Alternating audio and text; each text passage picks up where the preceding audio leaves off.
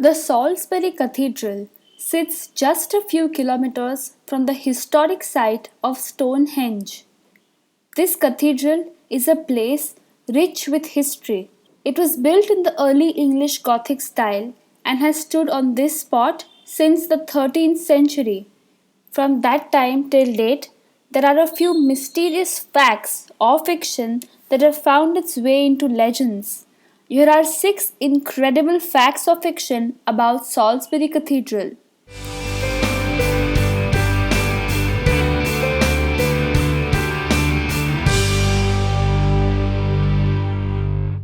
The unknown architect. The first thing that comes to mind when you look at this marvel is its grand architecture.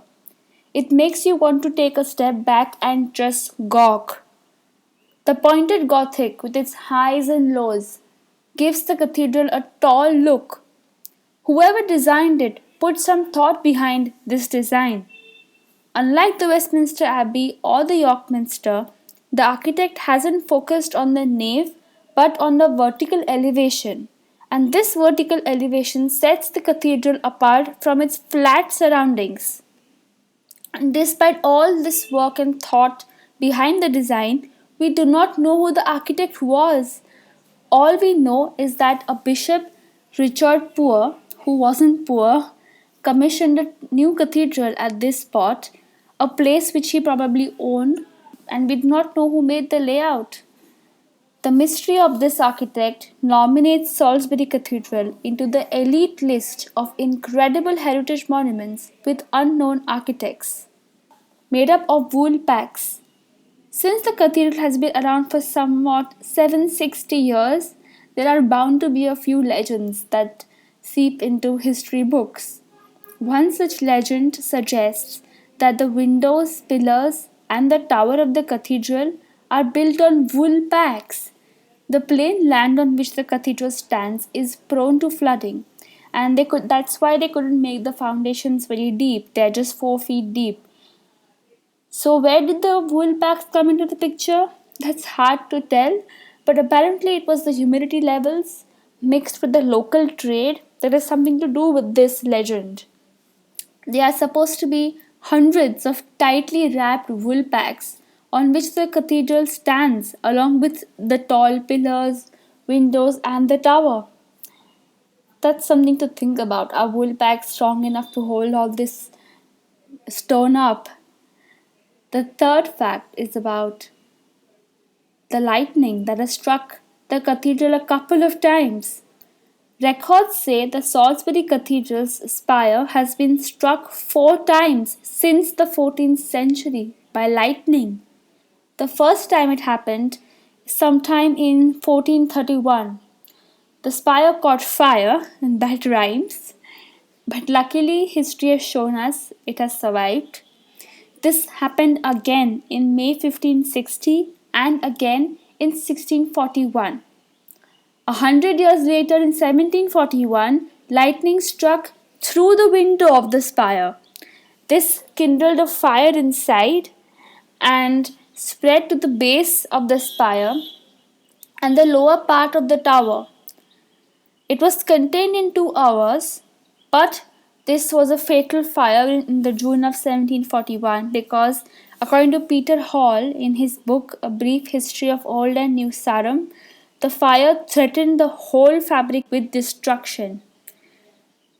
Luckily, it was saved. That's good for us. But there is a hidden surprise in the spire, and that leads us to our next fact or fiction. Did you think they just let the lightning magnet that the fire is to fend for itself? Of course not. They added the only foolproof solution to God's lightning that they knew of: a spiritual lightning conductor. Some restoration work in 1762 found a cavity on the southern side of the capstone on the spire. On further research, they found a lead casket containing a wooden box. Inside this wooden box was a delicately woven cloth belonging to the shroud of the Virgin. This piece of cloth was considered a holy relic. It is believed to save the cathedral from a tempest or lightning. Gleason White further gives details on this box. He says the container was circular in shape, about 5.5 inches in diameter and 2.25 inches deep. As many days as in 1 year there be. The most surprising yet unconfirmed mystery is a Latin poem written by Daniel Rogers. This poem states that the cathedral has a very specific number of windows, pillars, and gates. The poet narrates how strange it is, but rather true, according to him. The Salisbury Cathedral is supposed to have 365 windows and 8,760 pillars. Something I didn't really count, but that's what the poem says. And as you might have guessed, 365 for the number of days in a year. I don't know what happens to the leap year. And 8,760 are the number of hours in a year.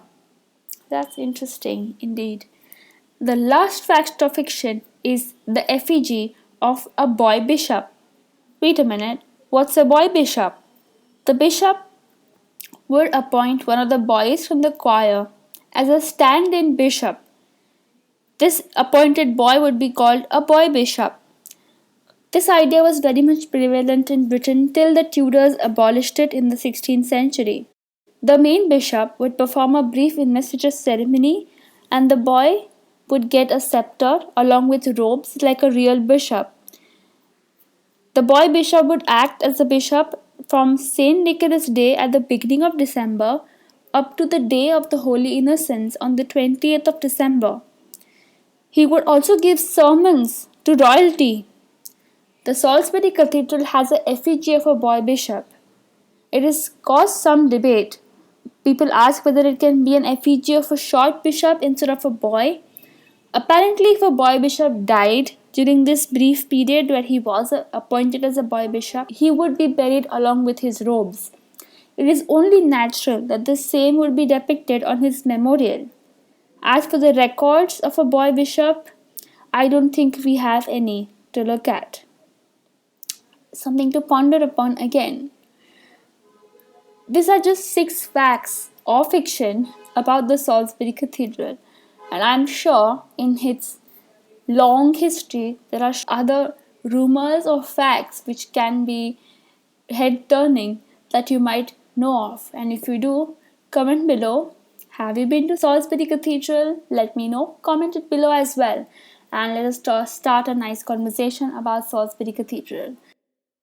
If you would like to be a part of the community, please log on to www.GiGlee.in and sign up for your weekly updates, which update you every time a new article is published. Thank you for listening or watching. I will see you next Friday, and bye bye.